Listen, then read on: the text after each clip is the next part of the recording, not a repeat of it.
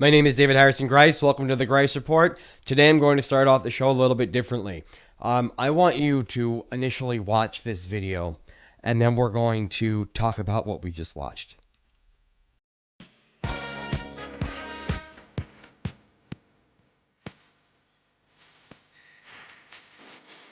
Yeah, that hat said Trump 2028, and he's throwing it at what looks like Representative Jeffries, and he's laughing. This man does not plan to leave office. He is here to stay, and he's building the Trump empire, and it must eventually crumble. So before we get into the rest of tonight's show, I just want to give a brief shout out to everybody on the streets in Chicago and in Broadview today that have been supplying information and photographs and videos for everybody to be aware of what's going on in Chicago, because let me tell you right now, it looks like a war zone, and we're going to get into that right now.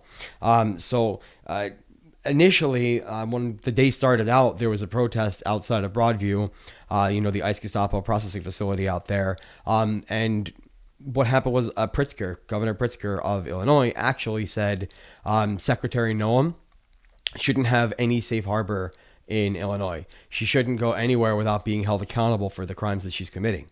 I thought that was a very brave thing to say, especially since she supposedly did show up at Broadview today.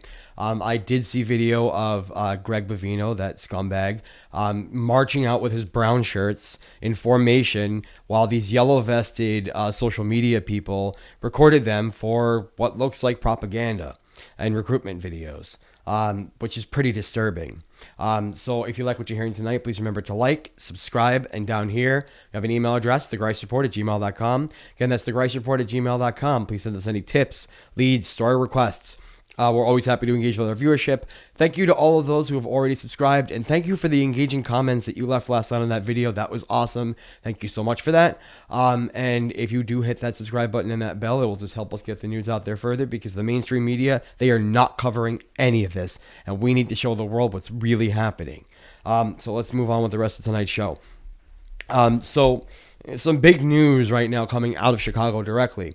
So I myself was actually able to see these videos before the news reported on them, because I've been keeping up on this all day, having people send me things that they're witnessing and all of that. But what's going on right now is that we have a basically war on Chicago. And it's extremely scary and frightening to watch. And in the clip that you're going to see two things. Number one, a video that's been widely circulated on social media now that shows a white SUV that is loaded with ICE Gestapo agents throwing gas canisters into the middle of the street right near an elementary school. It's a war zone. And then the second thing that happens there, an elected official by the name of Jesse Fuentes, they get arrested by the ICE Gestapo in a hospital. They don't even, you could say, like, Jesse Fuentes is not even touching them. And they still grabbed him and walked out. That's not okay. You can't just grab people. You can't do that. You're Gestapo. How do you sleep at night? How do you live with yourself? How do you go home? Do you have wives? Do you have kids? Do you have husbands? Do you have wives? How do you do this? How do you do this to other people? So let's watch what these animals are actually doing to Americans. And meanwhile, federal immigration agents were seen throughout the city's northwest side today. A viewer posting this cell phone video showing what appears to be a federal agent inside an SUV stuck in traffic. The agent then throws what witnesses say was some sort of gas canister out the window. This was in the Logan Square neighborhood.